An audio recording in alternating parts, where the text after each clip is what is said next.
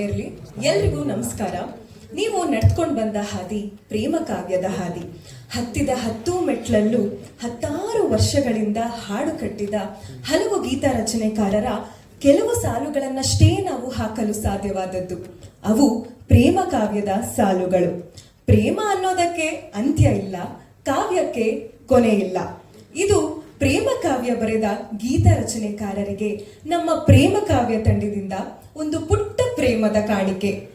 ಆದರಣೀಯ ಮಾಧ್ಯಮ ಮಿತ್ರರೇ, ನಿಮ್ಮೆಲ್ಲರಿಗೂ ಪ್ರೇಮ ಕಾವ್ಯ ಪತ್ರಿಕಾಗೋಷ್ಠಿಗೆ ಸ್ವಾಗತ ಕೋರುತ್ತಿರೋ ನಾನು ರಕ್ಷಿತಾ. ಪ್ರತಿ ಪ್ರೇಮಾನೂ ಹೊಸಾದೆ, ಅದರಿಂದ ಹುಟ್ಟೋ ಕತೆಗಳು ಹೊಸಾದೆ. ಈಗ ಕಲರ್ಸ್ ಕನ್ನಡದ ನಾವು ಪ್ರಸ್ತುತಪಡಿಸ್ತಿರೋ ಹೊಸ ಕತೆ ಪ್ರೇಮ ಕಾವ್ಯ. ಪ್ರೇಮ ಕಾವ್ಯ ಇದು ವಿಭಿನ್ನ ಜೋಡಿಗಳ ಪ್ರೀತಿಯ ಕಣ್ಣ ಮುಚ್ಚಾಲೆ. ಇದು ಈ ನೆಲದ್ದು, ನಿತ್ಯ ನೂತನವಾದದ್ದು, ಒಂದು ಜೀವನ್ಮುಖಿ, ಹೃದಯ ಸ್ಪರ್ಶಿ, ಮನೆ ಮಂದಿ ಎಲ್ಲ ಒಟ್ಟಿಗೆ ಕೂತು ನೋಡುವಂತಹ ಫ್ಯಾಮಿಲಿ ಎಂಟರ್ಟೈನರ್ ಪ್ರೇಮ ಕಾವ್ಯ ಧಾರಾವಾಹಿಯ ನಾಯಕಿಯರನ್ನ ಬರಮಾಡ್ಕೊಳ್ಳೋಣ. ಪ್ರೇಮ ಮತ್ತು ಕಾವ್ಯ ಅವರು ವೇದಿಕೆ ಮೇಲೆ ಬರಬೇಕು ಅಂತ ಕೇಳ್ಕೊತೀನಿ. ಹಾಗೆ ಸುದ್ದಿ ಮಾಧ್ಯಮಗಳಲ್ಲಿ ಸದ್ದು ಮಾಡಿರೋ ಪ್ರೇಮ ಕಾವ್ಯದ ಕಥಾನಾಯಕರಾದ ಮಹದೇವ್ ಮತ್ತೆ ಡಾಕ್ಟರ್ ರಾಮ್ ಕೂಡ ವೇದಿಕೆ ಮೇಲೆ ಬರಬೇಕು ಅಂತ ಕೇಳ್ಕೊತೀನಿ. ಪ್ರೇಮ ಕಾವ್ಯದ ಸೂತ್ರಧಾರರಾದ ನಿರ್ದೇಶಕ ನಿರ್ಮಾಪಕ ರವೀನ್ ಕುಮಾರ್ ಅವರು ವೇದಿಕೆ ಮೇಲೆ ಬರ್ಬೇಕಂತ ಕೇಳ್ಕೊತೀವಿ.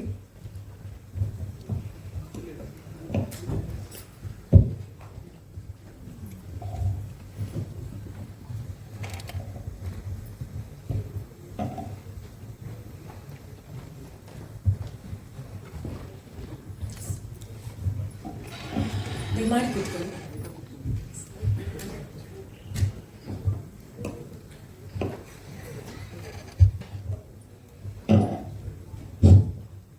ಪ್ರಿಯಾಜಿ ಆಚಾರ್ ಅವರೇ, ಮೊದಲನೇದಾಗಿ ನೀವು ಹಲವಾರು ಧಾರಾವಾಹಿಗಳಲ್ಲಿ ನಟಿಸಿ ಜನಮನ ಗೆದ್ದಿದ್ದೀರಾ.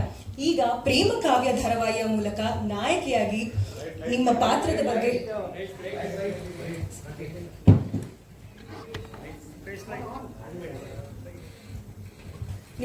ಬಗ್ಗೆ ಪರಿಚಯ ಮಾಡಿಕೊಡಿ.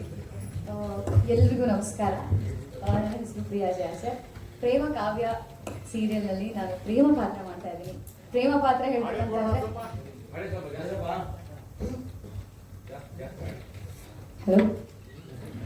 ಪ್ರೇಮ ಪಾತ್ರ ಹೇಳ್ಬೇಕಂದ್ರೆ ಪ್ರೇಮ ಒಂದು ತುಂಬಾ ಆಸೆ ಕನಸುಗಳನ್ನ ಇಟ್ಕೊಂಡಿರುವಂತಹ ಹುಡುಗಿ. ನಂದೇ ಒಂದು ಪುಟ್ಟ ಪ್ರಪಂಚ ಇದೆ, ಪುಟ್ಟ ಕುಟುಂಬ ಇದೆ. ಅದರಲ್ಲಿ ನನ್ನ ತಂದೆ ತಾಯಿ, ನನ್ನ ಒಬ್ಬ ಪುಟ್ಟ ತಂಗಿ ಇದ್ದಾಳೆ, ಕನಸುಗಳನ್ನ ಕಟ್ಕೊಂಡಿದ್ದಾಳೆ, ಸೈಂಟಿಸ್ಟ್ ಆಗಬೇಕು ಅಂತ ಅನ್ಕೊಂಡಿದ್ದಾಳೆ. ನಾನು ಓದಿದ್ದೀನಿ, ತುಂಬ ಜಾಣಿ ಅಂತ ಗೊತ್ತಾಗಿ ಮುಂದೆ ಓದಕ್ಕೆ ಹೋಗಲಿಲ್ಲ, ಅಲ್ಲೇ ನಿಲ್ಲಿಸ್ಬಿಟ್ಟಿದ್ದೀನಿ. ಮನೆ ಕೆಲಸ ಎಲ್ಲ ಮಾಡೋದಂದ್ರೆ ಇಷ್ಟ, ಅಮ್ಮಗೆ ಸಹಾಯ ಮಾಡೋದಿಷ್ಟ, ತೋಟದ ಕೆಲಸ ಮಾಡೋದಿಷ್ಟ, ಮನೆ ಕೆಲಸ ಏನೇ ಇದ್ರೂ ಸಂಭಾಳಿಸ್ಕೊಂಡು ಹೋಗೋದಿಷ್ಟ. ಅಲ್ಲೂ ಒಂದು ಚಿಕ್ಕ ಕನಸನ್ನ ಹೊತ್ಕೊಂಡಿದ್ದೀನಿ. ನನ್ನ ಬಾಲ್ಯ ಸ್ನೇಹಿತ ನನ್ನ ರಾಮ್ನ ತುಂಬ ಇಷ್ಟಪಡ್ತಾ ಇದ್ದೀನಿ. ಅವನನ್ನ ಮದುವೆ ಆಗಬೇಕು, ಅವನ ಜೊತೆಗಿರಬೇಕು ಅನ್ನೋದೇ ನನ್ನ ದೊಡ್ಡ ಕನಸು. ಖಂಡಿತ ಅವನಿಗೂ ಇಷ್ಟ ಇದೆ ಅಂತ ನಾನು ಅಂದ್ಕೊಂಡಿದ್ದೀನಿ. ಇಷ್ಟಪಟ್ಟೇ ಪಡ್ತಾನೆ, ಅದೇ ನಂಬಿಕೆಯಲ್ಲೇ ಜೀವನ ಮಾಡ್ತಾ ಇದ್ದೀನಿ. ಅದೇ ನನ್ನ ಕನಸು, ಅದೇ ನನ್ನ ಗುರಿ. ಕನಸು ಈಡೇರಲಿ ಅಂತ ಹೇಳ್ತಾ, ವೈಷ್ಣವಿ ಅವರೇ, ಕಲರ್ಸ್ ಕನ್ನಡದ ಜನಪ್ರಿಯ ಧಾರಾವಾಹಿ ಮಿಥುನ ರಾಶಿಯ ನಾಯಕಿಯಾಗಿ ಮಿಂಚಿ ಈಗ ಪ್ರೇಮ ಕಾವ್ಯ ಧಾರಾವಾಹಿಯಲ್ಲಿ ಕಾವ್ಯ ಪಾತ್ರದ ಮೂಲಕ ಮರಳಿ ಬಂದಿದ್ದೀರಾ. ನಿಮಗೆ ಸ್ವಾಗತ.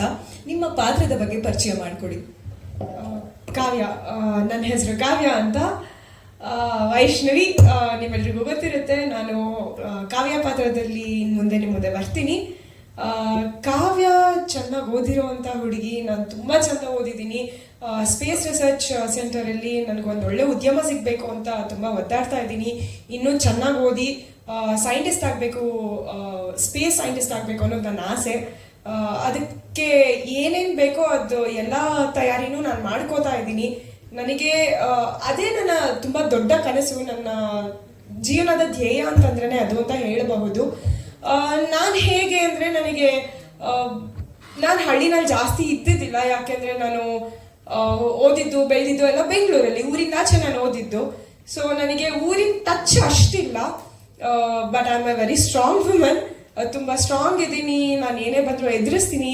ಬಟ್ ಎಲ್ಲೋ ಒಂದು ಕಡೆ ಮೃದು ಸ್ವಭಾವ ಇದೆ, ಸಾಫ್ಟ್ ಹಾರ್ಟೆಡ್ಡು. ಎಲ್ಲೋ ಒಂದು ಕಡೆ ಎಮೋಷನ್ಸಿಗೆ ನಾನು ಬೆಲೆ ಕೊಡ್ತೀನಿ. ನಾನು ಒಂದು ಸ್ವಲ್ಪ ಎಮೋಷ್ನಲ್ಲು. ಬಟ್ ಏನೇ ಆಗಲಿ ನನ್ನ career comes the first for me. Space scientist ಆಗಲಿ ಅಂತ ವಿಶ್ ಮಾಡ್ತಾ, ರಘು ಅವರೇ, ಕಲರ್ಸ್ ಕನ್ನಡದ ಪ್ರಮುಖ ಧಾರಾವಾಹಿಯಾಗಿದ್ದ ನಮ್ಮನೆ ಯುವರಾಣಿ ಮೂಲಕ ಜನಮನ ಗೆದ್ದ ನೀವು ಮತ್ತೆ ಪ್ರೇಮ ಕಾವ್ಯ ಧಾರಾವಾಹಿಯ ಮೂಲಕ ಮರಳಿ ಬಂದಿದ್ದೀರಾ. ನಿಮಗೆ ಸ್ವಾಗತ. ಹಾಗೆ ಪ್ರೋಮೋದಲ್ಲೆಲ್ಲ ನಾವು ನೋಡಿದೀವಿ, ನಿಮ್ಮ ಪಾತ್ರದ ಬಗ್ಗೆ ನಮಗೆ ಸ್ವಲ್ಪ ಸುಳಿವು ಸಿಕ್ಕಿದೆ. ತುಂಬಾ ಸುಲಭವಾಗಿ ಜಗಳಕ್ಕೆ ಇಳಿತಾನೆ ಮನುಷ್ಯ ಅಂತಾನು ಅನಿಸ್ತಾ ಇದೆ. ನಿಮ್ಮ ಪಾತ್ರದ ಬಗ್ಗೆ ಪರಿಚಯ ಮಾಡಿಕೊಡಿ. ಎಲ್ರಿಗೂ ನಮಸ್ಕಾರ. ಎಲ್ಲರೂ ಹೇಗಿದ್ದೀರಾ? ಸೊ ಈಗ ನಾನು ಮಹಾದೇವನಾಗಿದ್ದೀನಿ.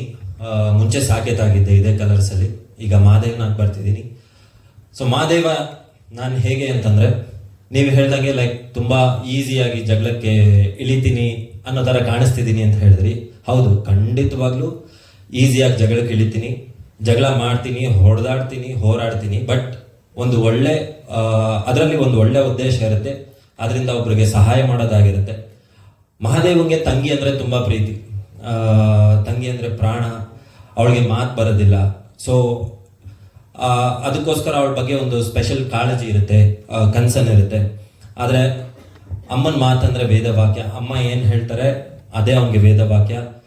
ಮನೆಯವ್ರ ಪ್ರೀತಿ, ಅವ್ರನ್ನ ಚೆನ್ನಾಗಿ ನೋಡ್ಕೊಳ್ಳೋದು ಅಂದ್ರೆ ತುಂಬಾ ಇಷ್ಟ. 4 ಜನಕ್ಕೆ ಒಳ್ಳೇದು ಮಾಡೋದಕ್ಕೆ ಅಂತ ಕೆಟ್ಟವ್ರ ವಿರುದ್ಧವಾಗಿ ಹೋರಾಡ್ತಾ ಇರ್ತೀನಿ. ಸೊ ಅದರಿಂದ ನಾನು ಎಲ್ಲರ ಕಣ್ಣಲ್ಲೂ ನಾನು ಕೆಟ್ಟವನಾಗಿದ್ದೀನಿ. ಆದ್ರೂ ತೊಂದರೆ ಇಲ್ಲ, ಅದರಿಂದ 4 ಜನಕ್ಕೆ ಒಳ್ಳೇದಾಗಿದೆ ಅಂದ್ರೆ ನನಗೆ ಅದೇ ಖುಷಿ. ಒಳ್ಳೆತನ ನಾವು ಮೆಚ್ತೀವಿ. ಮಾತಿನಲ್ಲಿ ಮೃದು, ನಡವಳಿಕೆ ವಿನಯಪೂರ್ವಕ, ಶುದ್ಧ ಮನಸ್ಸಿನ ಡಾಕ್ಟರ್ ರಾಮ್ ಅವರು ನಿಮ್ಮ ಪಾತ್ರದ ಬಗ್ಗೆ ಒಂದೆರಡು ಮಾತಾಡಿ. ಮೊದಲನೇದಾಗಿ ಎಲ್ರಿಗೂ ನಮಸ್ಕಾರ. ಕಲರ್ಸ್ ಕನ್ನಡ ಮುಖಾಂತರ ನಿಮ್ಮೆಲ್ಲರೂ ಮುಂದೆ ನಾಯಕ ನಟನಾಗಿ ಬರ್ತಾ ಇದ್ದೀನಿ. ಅದರಲ್ಲೂ ಡಾಕ್ಟರ್ ರಾಮನ ಪಾತ್ರ ಪ್ರಕಾರ ನಿಮ್ಮ ಮುಂದೆ ಬರ್ತಾ ಇದ್ದೀನಿ. ತುಂಬಾ ಖುಷಿ ಇದೆ. ಫಸ್ಟ್ ಟೈಮ್ ಒಂದು ಹೀರೋ ಆಗಿ ಮಾಡ್ತಿರೋದು ಒಂದು ಸೀರಿಯಲ್. ನನ್ನ ಪಾತ್ರದ ಬಗ್ಗೆ ಹೇಳಬೇಕು ಅಂದ್ರೆ, ಜಾಸ್ತಿ ಇಂಟ್ರೋವರ್ಟ್, ಜಾಸ್ತಿ ಮಾತಾಡಲ್ಲ ಯಾರ ಜೊತೆ, ತಾಳ್ಮೆ ಅಂತ ಇರೋ ವ್ಯಕ್ತಿ. ಜೊತೆಗೆ ತುಂಬಾ ಕುಟುಂಬದಲ್ಲೇ ಬೆಳೆದಿರುವಂತದ್ದು. ನಮ್ಮಣ್ಣ ಮಹದೇವ್ ಸಂಬಂಧದಲ್ಲಿ ದೊಡ್ಡಮ್ಮನ ಮಗ, ಆದ್ರೆ ನಾವಿಬ್ರು ಸ್ವಂತ ಅಣ್ಣ ತಮ್ಮಗಿಂತ ಹೆಚ್ಚಾಗಿರ್ತೀವಿ. ಪ್ರತಿಯೊಂದು ಕಷ್ಟ ಸುಖದಲ್ಲೂ ಇರ್ತೀವಿ.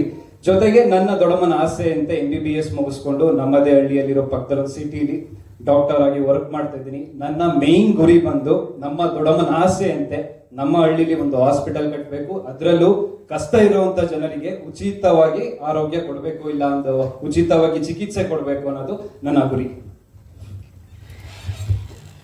ಈಗ ನಿರ್ದೇಶಕ ನಿರ್ಮಾಪಕ ರವೀನ್ ಕುಮಾರ್ ಅವರು ಪ್ರೇಮ ಕಾವ್ಯ ಕುರಿತು 3-4 ಮಾತಾಡ್ಬೇಕಂತ ಕೇಳ್ಕೊತೀನಿ. ಎಲ್ಲರಿಗೂ ನಮಸ್ಕಾರ. ನನ್ನ ಪರಿಚಯ ರವೀನ್ ಕುಮಾರ್, ನಿರ್ದೇಶಕ ಮತ್ತು ನಿರ್ಮಾಪಕ. ಮೊದಲಿಗೆ ಶ್ರೀ ಕೃಷ್ಣನ್ ಕುಟ್ಟಿ ಸರ್, ಶ್ರೀಮತಿ ಸುಷ್ಮಾ ರಾಜೇಶ್, ಶ್ರೀ ಪ್ರಶಾಂತ್ ನಾಯಕ್ ಮತ್ತು ಶ್ರೀ ಪ್ರಕಾಶ್ ಗೋಪಾಲ್ ಕೃಷ್ಣನ್ ಮತ್ತು ಶ್ರೀ ಸುಧನ್ವ ದೇವರಾಜ್ ಮತ್ತು ಶ್ರೀ ಸತೀಶ್ ಕುಮಾರ್, ಇವರೆಲ್ಲರಿಗೂ ನಾನು ಧನ್ಯವಾದ ಹೇಳೋದಕ್ಕೆ ಇಷ್ಟಪಡ್ತೀನಿ.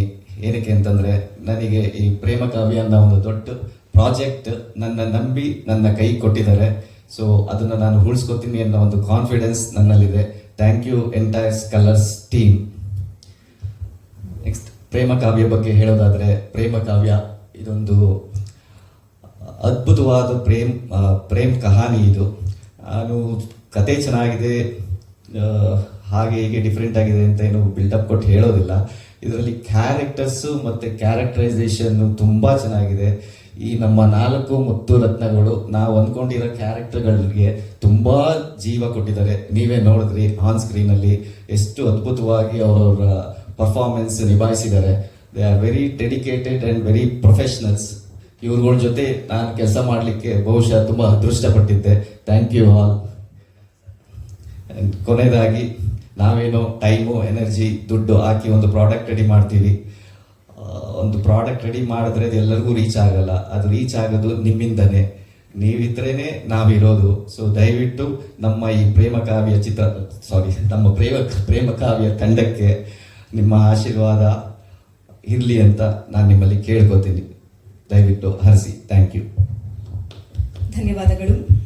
ಸಾಮಾನ್ಯವಾಗಿ ಪ್ರೆಸ್ ಮೀಟ್ ಅಂದ್ರೆ ನೀವೆಲ್ಲ ಪ್ರಶ್ನೆ ಕೇಳ್ತೀರಾ, ನಾವು ಉತ್ತರ ಕೊಡ್ತೀವಿ. ಆದ್ರೆ ಈಗೊಂದು ನಾವು ಕಣ್ಣ ಮುಚ್ಚಾಲೆ ಆಟ ಆಡೋಣ. ನಮ್ಮ ಪ್ರೇಮ ಕಾವ್ಯ ತಂಡದಿಂದ ಕೇವಲ 4 ಪ್ರಶ್ನೆಗಳನ್ನ ಮಾಧ್ಯಮ ಮಿತ್ರರೇ ನಿಮಗ್ ಕೇಳ್ತಾರೆ.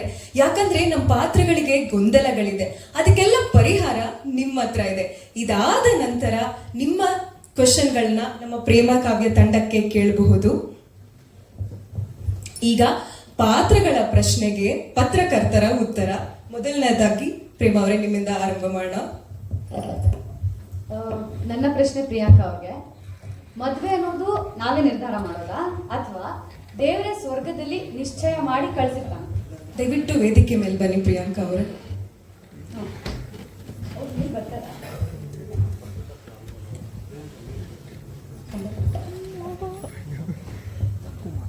ಹಲೋ ಹಲೋ, ನನ್ನ ಹೆಸರು ಪ್ರಿಯಾಂಕಾ, ನ್ಯೂಸ್ ಫಸ್ಟ್ ಇಂದ. ಪ್ರಶ್ನೆ ಇನ್ನೊಂದ್ಸರಿ ಕೇಳಿ. ಪ್ರಶ್ನೆ, ಮದುವೆ ಅನ್ನೋದು ನಾವೇ ನಿರ್ಧಾರ ಮಾಡೋದಾ ಅಥವಾ ದೇವರೇ ಸ್ವರ್ಗದಲ್ಲಿ ನಿಶ್ಚಯ ಮಾಡಿ ಕಳ್ಸಿರ್ತಾನ? ಖಂಡಿತ ಈ ಪ್ರಶ್ನೆ ರಾಂಗ್ ಪರ್ಸನ್ ಕೇಳಿದ್ದೀರಾ ಅನ್ಸುತ್ತೆ ನೀವು. ನಾನಿನ್ನೂ ಮದುವೆ ಆಗಿಲ್ಲ. ಅಲ್ಲ, ಅದೊಂದು ಅಭಿಪ್ರಾಯ ಇರುತ್ತಲ್ವಾ? ಈ ಪ್ರಶ್ನೆಗೆ ಉತ್ತರ ಕೊಡೋದಂದ್ರೆ ಒಂದು ತಮಾಷೆ ವಿಚಾರ ಇದೆ.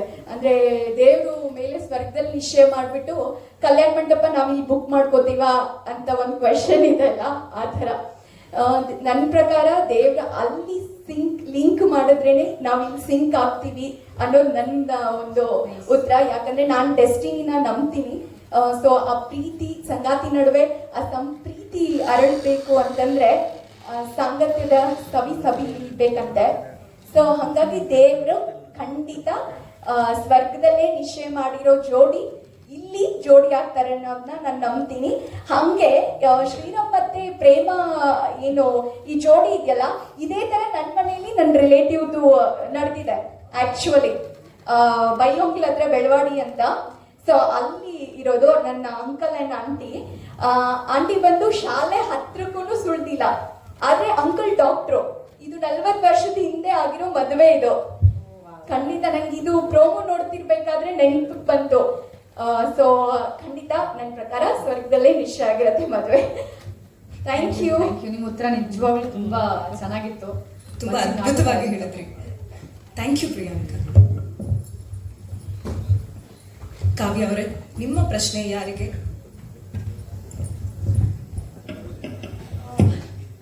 ನನ್ನ ಪ್ರಶ್ನೆ ಬಂದು ನಮ್ಮ ಮಾಧ್ಯಮ ಮಿತ್ರ ಅಲ್ಲೇ ಕೂತಿದ್ದಾರೆ, ಬರಬೇಕಾಗಿ ವಿನಂತಿ.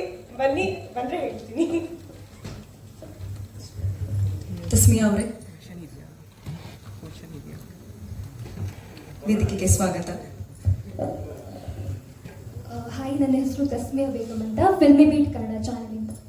ಪ್ರಶ್ನೆ.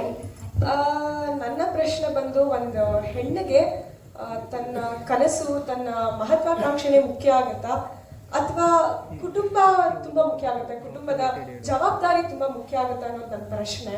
ಯಾವ್ದನ್ನ ಮೊದಲು ಆಯ್ಕೆ ಮಾಡ್ಕೋಬೇಕಾಗುತ್ತೆ? ಆ್ಯಕ್ಚುಲಿ ಹೇಳಬೇಕಂದ್ರೆ ನನ್ನ ಒಂದು ಒಪಿನಿಯನ್ ಹೇಳಬೇಕು ಅಂದರೆ ಎರಡೂ ಕೂಡ ತುಂಬ ಮುಖ್ಯ ಆಗುತ್ತೆ. ಯಾಕಂದರೆ ನಾವು ತಂದೆ ತಾಯಿನ ವಿರೋಧ ಕಟ್ಕೊಂಡು ಯಾವುದೇ ಕೆಲಸ ಮಾಡೋಕ್ಕಾಗಲ್ಲ. ಹಂಗನ್ ಮಾತ್ರಕ್ಕೆ ಪ್ರತಿಯೊಂದು ಹೆಣ್ಣಿಗೂ ಕೂಡ ಒಂದು ಸಾಧನೆ ಮಾಡಬೇಕು, ಒಂದು ಗುರಿ ಅನ್ನೋದು ಇದ್ದೇ ಇರುತ್ತೆ.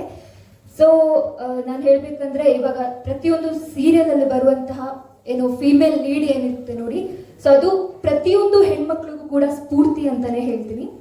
ಸೊ ಆ ಕಡೆಯಿಂದ ತಂದೆ ತಾಯಿನ ವಿರೋಧ ಕಟ್ಕೊಂಡು ನಾವು ಯಾವುದೇ ಸಾಧನೆ ಮಾಡೋಕ್ಕಾಗಲ್ಲ. ಹಾಗಂತ ಸಾಧನೆ ಮಾಡೋದನ್ನ ಅಥವಾ ನಮ್ಮ ಗುರಿ ಏನಿದೆ ಅದನ್ನ ಯಾವತ್ತೂ ಬಿಟ್ಕೊಡ್ಬಾರ್ದು. ಎರಡನ್ನ ಕೂಡ ಬ್ಯಾಲೆನ್ಸ್ ಮಾಡಿಕೊಂಡು ಮುಂದೆ ಹೋಗ್ಬೇಕು. ಆಗ್ಲೇ ನಮ್ಮ ಜೀವನ ಏನು ಕಂಪ್ಲೀಟ್ ಆಗ್ಬೋದು. ಯಾಕಂದ್ರೆ ಒಂದ್ ಕಡೆಯಿಂದ ಇವಾಗ ಸ್ಟಾರ್ ನಟರೆಲ್ಲ ನೀವು ನೋಡಿರ್ಬೋದು, ಪ್ರತಿಯೊಬ್ರು ಕೂಡ ತಂದೆ ತಾಯಿನ ತುಂಬಾ ಪ್ರೀತಿಸ್ತಾರೆ. ಸೊ ಪ್ರತಿಯೊಬ್ರು ಕೂಡ ಪ್ರೀತಿಸ್ತಾರೆ. ಸೊ ಹಾಗಾಗಿ ನಾವೇನಾದ್ರೂ ತಂದೆ ತಾಯಿಗೆ ವಿರೋಧ ಕಟ್ಕೊಂಡು ನಾವು ಒಂದು ಕೆಲಸ ಮಾಡಬೇಕು ಅಂದ್ರೆ ಖಂಡಿತವಾಗ್ಲೂ ಆ ಕೆಲಸ ಆಗೋದಿಲ್ಲ. ಸೊ ಹಾಗಾಗಿ ಪ್ರತಿಯೊಂದು ಇಬ್ಬರನ್ನ ಕೂಡ ಬ್ಯಾಲೆನ್ಸ್ ಮಾಡಿಕೊಂಡು ಜೀವನದಲ್ಲಿ ಮುಂದ್ಗಡೆ ಹೋಗ್ಬೇಕು ಅನ್ನೋದೇ ನನ್ನ ಒಪಿನಿಯನ್. ಎರಡರಲ್ಲಿ ಒಂದನ್ನ ಚೂಸ್ ಮಾಡ್ಬೇಕು ಅಂದ್ರೆ ಏನ್ ಮಾಡ್ತೀರಾ? ಇದನ್ನ ಬಿಟ್ರೆ ಅದು ಸಿಗುತ್ತೆ, ಅದನ್ನ ಬಿಟ್ರೆ ಇದು ಸಿಗುತ್ತೆ ಅನ್ನೋ ರೀತಿ ಇದ್ರೆ ಏನ್ ಮಾಡ್ತೀರಾ? ಖಂಡಿತವಾಗ್ಲೂ ತಂದೆ ತಾಯಿನ ನಮ್ಮ ಏನು ಫ್ಯಾಮಿಲಿ ಜವಾಬ್ದಾರಿನೇ ಒಪ್ಕೋತೀನಿ. ಬಿಕಾಸ್ ಏನಕ್ಕಂದ್ರೆ ನಮ್ಮ ಕನಸನ್ನ ಅವ್ರು ಖಂಡಿತವಾಗ್ಲೂ ಸಪೋರ್ಟ್ ಮಾಡ್ತಾರೆ ಅನ್ನೋ ನಂಬಿಕೆ ನಂದು. ಹಾಗಿದ್ರೆ ನಿಮ್ಮ ಕನಸು ಮಹತ್ವಾಕಾಂಕ್ಷೆನೆಲ್ಲ ಬಿಟ್ಕೊಟ್ಟು ಬಿಡ್ತೀರಾ? ಇಲ್ಲ, ನಮ್ಮ ಕನಸು ಮಹತ್ವಾಕಾಂಕ್ಷೆಗೆ ಖಂಡಿತವಾಗ್ಲೂ ನಮ್ಮ ತಂದೆ ತಾಯಿ ಸಪೋರ್ಟ್ ಮಾಡ್ತಾರೆ ಅನ್ನೋ ಬಲವಾದ ನಂಬಿಕೆ ಇದೆ ನನಗೆ. ಅಂತ ತಂದೆ ತಾಯಿದ್ರೆ ಎಲ್ರಿಗೂ ತಂದೆ ತಾಯಿದ್ರೆ ಸಿಗ್ಬೇಕು. ಸೊ ಎಲ್ರಿಗೂ ಹಾಗೆ ಸಿಗ್ಲಿ ಅಂತ ನಾನು ವಿಶ್ ಮಾಡ್ತೀನಿ. Thank you so much. ಧನ್ಯವಾದಗಳು ತಸ್ಮಿಯಾ. ಡಾಕ್ಟರ್ ರಾಮ್ ಅವರೇ, ಕುಮಾರ್ ಅವರು ಸ್ಟೇಜ್ ಮೇಲೆ ಬಂದ್ರೆ ಕೇಳ್ತೀನಿ. ಕುಮಾರ್ ಅವರೇ ವೇದಿಕೆ ಮೇಲೆ ಬರಬೇಕು ಅಂತ ಕೇಳ್ಕೊತೀನಿ.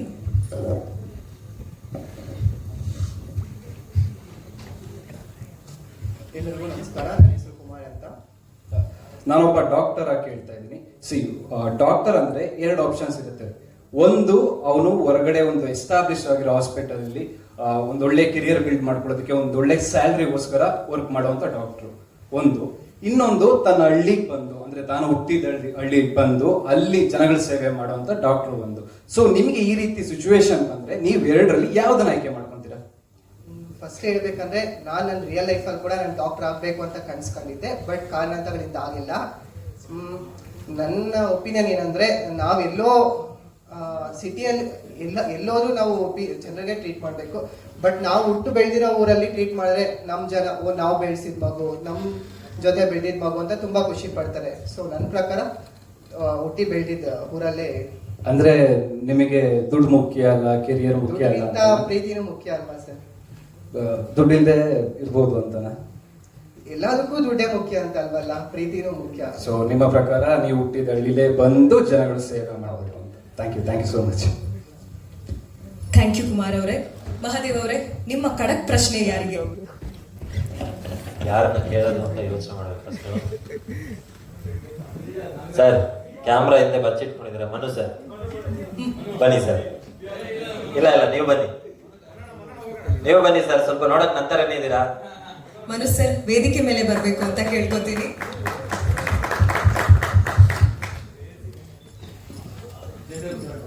ಸರ್, ಈಗ ನಾವು ಒಂದ್ 4 ಜನಕ್ಕೆ ಒಳ್ಳೇದ್ ಮಾಡ್ತಾ ಇರ್ತೀವಿ, ಒಂದ್ 4 ಜನಕ್ಕೆ ಒಳ್ಳೇದ್ ಮಾಡ್ತಿರ್ತೀವಿ.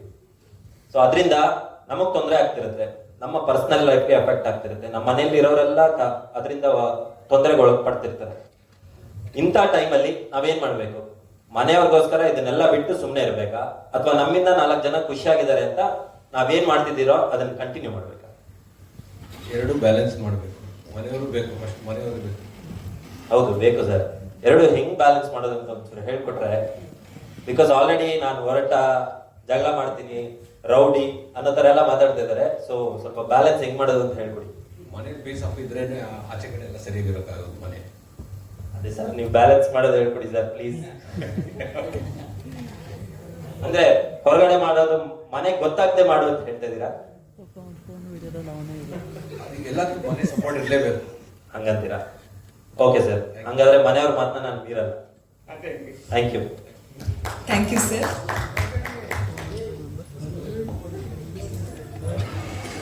ನಿಮ್ಗೆಲ್ಲ ಉತ್ತರ ಸಿಕ್ಕಿದೆ ಅಂತ ಭಾವಿಸ್ತಾ ಈಗ ಕಾರ್ಯಕ್ರಮದ ಕೊನೆಯ ಹಂತಕ್ಕೆ ಬಂದಿದ್ದೀವಿ. ದಯಮಾಡಿ ಮಾಧ್ಯಮ ಮಿತ್ರರೇ, ನಮ್ಮ ಪ್ರೇಮ ಕಾವ್ಯ ಬಳಗಕ್ಕೆ ತಮ್ಮದೇನಾದ್ರೂ ಪ್ರಶ್ನೆಗಳಿದ್ರೆ ಕೇಳಬೇಕು ಅಂತ ವಿನಂತಿ.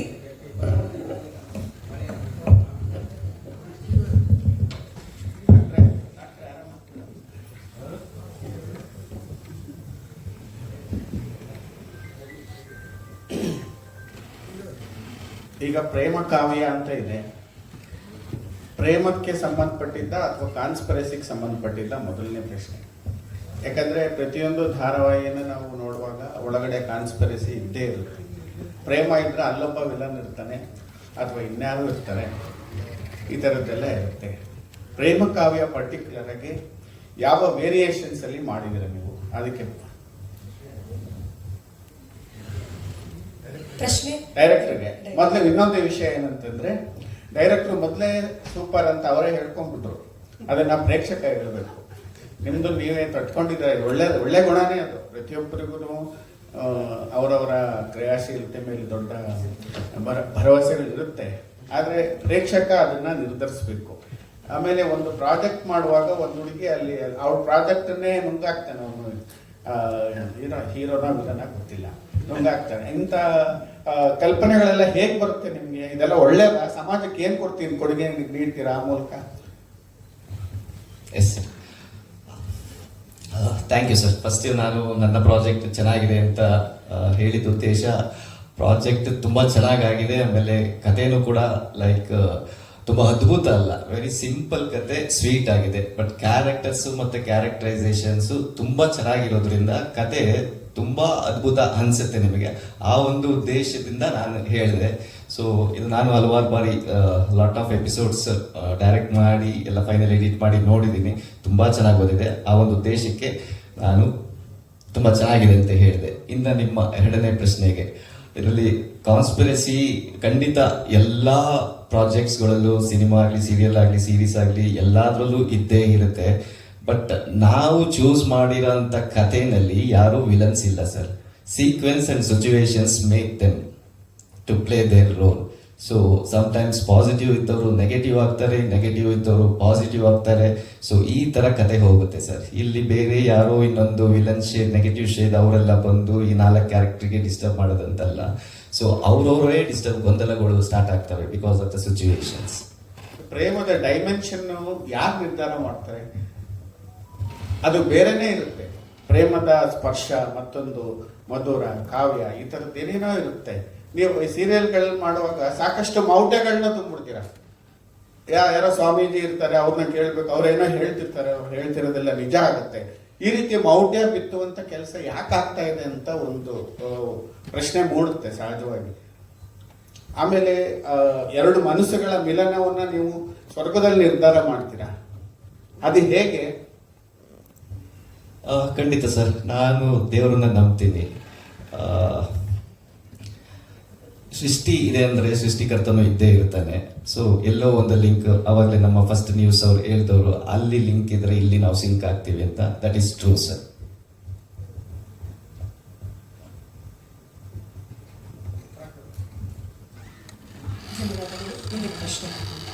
ಸರ್, ಇದು ತಮಿಳಿನ ರೀಮೇಕ್ ಸೀರಿಯಲ್ ಅನ್ನೋದು ಕೇಳ್ಪಟ್ವಿ. ಅಲ್ಲಿರೋ ಥರನೇ ಸೇಮ್ ಇಲ್ಲೂ ಹೋಗುತ್ತಾ, ಅಥವಾ ವೀಕ್ಷಕರು ಏನು ಎಕ್ಸ್ಪೆಕ್ಟ್ ಮಾಡ್ತಾರೆ ಆ ಥರ ಏನಾದ್ರು ಚೇಂಜಸ್ ಆಗ್ತಾ ಹೋಗುತ್ತಾ ಕಥೆನಲ್ಲಿ? ಮೇಡಮ್, ಇದು ರೀಮೇಕ್ ಅಲ್ಲ, ಇದು ನಮ್ಮ ಕಲರ್ಸ್ ಕನ್ನಡ ನೆಟ್ವರ್ಕ್ ಚಾನೆಲ್ದು ಒಂದು ಕತೆ. ಇದು ಆ ಕಥೆನ ತಗೊಂಡು ಆ ಸೋಲ್ನ ನಾವು ಅರ್ಥ ಮಾಡಿಕೊಂಡು ಬೇರೆ ಬೇರೆ ಎಲಿಮೆಂಟ್ಸ್ ಮತ್ತೆ ಎಲಿವೇಶನ್ಸ್ ತುಂಬ್ತಾ ಹೋಗ್ತಾ ಇದೀವಿ. ಬಹುಶಃ ಯಾರೋ ಲೈಕ್ ಇಟ್ಸ್ ರೀಮೇಕ್ ಅಂತ ಹೇಳಿರ್ಬೋದೇನೋ. ಬಟ್ ಇದು ಭೈರವಿ ಸೀರಿಯಲ್ ಮತ್ತೆ ಇದಕ್ಕೂ ಲಿಂಕ್ ಇಲ್ವಾ? ಇಲ್ಲ ಮೇಡಮ್, ಅದಕ್ಕೂ ಇದಕ್ಕೂ ಯಾವುದೇ ಥರದ ಲಿಂಕ್ ಇಲ್ಲ. ಕತೆ ಮಾತ್ರ ನಮ್ಮ ನೆಟ್ವರ್ಕ್ ಇಂದ ತಗೊಂಡು ಅದಕ್ಕೆ ನಮ್ಮ ನೇಟಿವಿಟಿಗೆ ಏನೇನು ಬೇಕು ಅಷ್ಟನ್ನೆಲ್ಲ ತುಂಬ್ತಾ ಹೋಗ್ತಾ ಇದ್ದೀವಿ. Thank you. ನನ್ನ ಪ್ರಶ್ನೆ ರಾಘು ಸರ್ಗೆ. ಸರ್, ನಿಮ್ಮನ್ನ ತುಂಬ ಸಾಫ್ಟ್ ಕ್ಯಾರೆಕ್ಟ್ರಲ್ಲೇ ಜನ ನೋಡಿದ್ದಾರೆ. ಇವಾಗ ರಗಡಾಗಿ ಬರ್ತಾ ಇದ್ದೀರಾ, ಪ್ರೋಮೋದಲ್ಲಿ ಚೆನ್ನಾಗಿ ಕಾಣಿಸ್ತಾ ಇದ್ದೀರಾ. ಬಟ್ ಪಾತ್ರ ಮಾಡಬೇಕಾದ್ರೆ ಚಾಲೆಂಜಸ್ ಇತ್ತಾ? ಜನ ಒಪ್ಕೋತಾರೆ ಅಂತ ನಿಮ್ಗೆ ಅನಿಸುತ್ತಾ? ಪಾತ್ರ ಮಾಡಬೇಕಾದ್ರೆ ಚಾಲೆಂಜಸ್ ಅಂತೂ ಇರಲಿಲ್ಲ ಮೇಡಮ್. ಬಿಕಾಸ್ ನಾನೊಬ್ಬ ಆರ್ಟಿಸ್ಟ್ ಆಗಿರೋದ್ರಿಂದ ನನಗೆ ಯಾವುದೇ ಪಾತ್ರ ಸಿಕ್ಕಿದ್ರು ನಾನು ಅದನ್ನು ಈಸಿಯಾಗಿ ನಿಭಾಯಿಸ್ಕೊಂಡು ಹೋಗಬೇಕಾಗಿರೋದು ನನ್ನ ಕರ್ತವ್ಯ. ಸೊ ಅದನ್ನು ನಾನು ನಿಭಾಯಿಸ್ತಾ ಇದ್ದೀನಿ ಅಂತ ನಾನು ಅನ್ಕೋತೀನಿ. ಆ್ಯಂಡ್ ಇನ್ನೊಂದು ಪ್ರಶ್ನೆ ನೀವು ಕೇಳಿದ್ರಿ, ಸೊ ಜನ ಅಕ್ಸೆಪ್ಟ್ ಮಾಡ್ತಾರಾ ಅನ್ನೋ ಭಯ ಇದೆಯಾ ಏನು ಅಂತ. ಖಂಡಿತವಾಗ್ಲೂ ಆ ಭಯ ಇದೆ. ಬಿಕಾಸ್ ಜನ ನನ್ನ ಸಾಕೇತಾಗಿ 4.5 ವರ್ಷ ನೋಡಿದ್ದಾರೆ. ಆ್ಯಂಡ್ ಮನೆಯಲ್ಲೂ ಇದ್ರೆ ಸಾಕೇತರ ಒಬ್ಬ ಮಗ ಇರಬೇಕು ಅನ್ನೋದನ್ನ ಎಲ್ಲರೂ ಹೇಳ್ತಿದ್ರು. ಲೈಕ್ ನಾನು ಎಲ್ಲೇ ಹೋದ್ರು, ಎಲ್ಲೇ ಮೀಟ್ ಮಾಡಿದ್ರು.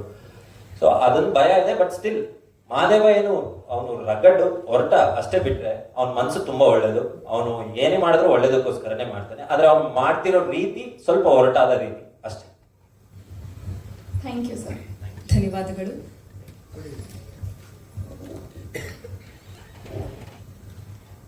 ಸರ್, ಈಗ ಧಾರಾವಾಹಿನಲ್ಲಿ ಈಗ ಈ 4 ಪಾತ್ರಗಳು ಬಿಟ್ಟು ಬೇರೆ ಯಾವ್ದು ಮುಖ್ಯ ಪಾತ್ರಗಳಿದೆ? ಯಾವ್ಯಾವ ಕ್ಯಾರೆಕ್ಟರ್ ಬರುತ್ತೆ?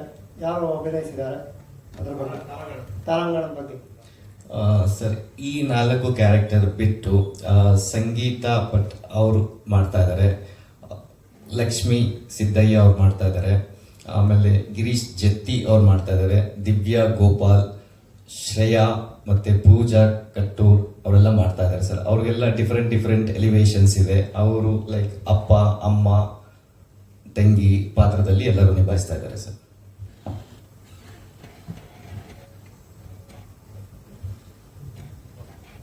ಧನ್ಯವಾದಗಳು. ಇನ್ಯಾರಿಗಾದ್ರೂ ಪ್ರಶ್ನೆ ಇದ್ದರೆ ಕೇಳಬಹುದು.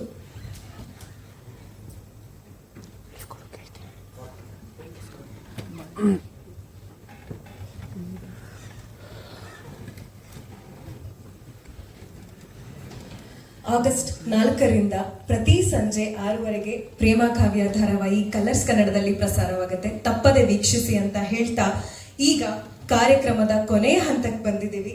ಕಲರ್ಸ್ ಕನ್ನಡದ ಪ್ರತಿಯೊಂದು ಕಾರ್ಯಕ್ರಮವನ್ನ ನೀವು ಜನರಿಗೆ ತಲುಪಿಸ್ತಾ ಇದ್ದೀರಾ. ಇಷ್ಟು ಹೊತ್ತು ನಮ್ಮ ಜೊತೆಗಿದ್ದ ನಿಮಗೆಲ್ಲ ಹೃದಯಪೂರ್ವಕ ಧನ್ಯವಾದಗಳು ಅಂತ ಹೇಳ್ತಾ ತುಂಬಾ ಧನ್ಯವಾದಗಳು. Thank you. ಹೈಟಿ ಇದೆ, ದಯವಿಟ್ಟು ಸ್ವೀಕರಿಸಿ. ಎಲ್ರಿಗೂ ತುಂಬಾ ಥ್ಯಾಂಕ್ಸ್. ದಯವಿಟ್ಟು ಹೀಗೆ ಸಪೋರ್ಟ್ ಮಾಡ್ತಾರೆ. Thank you so much.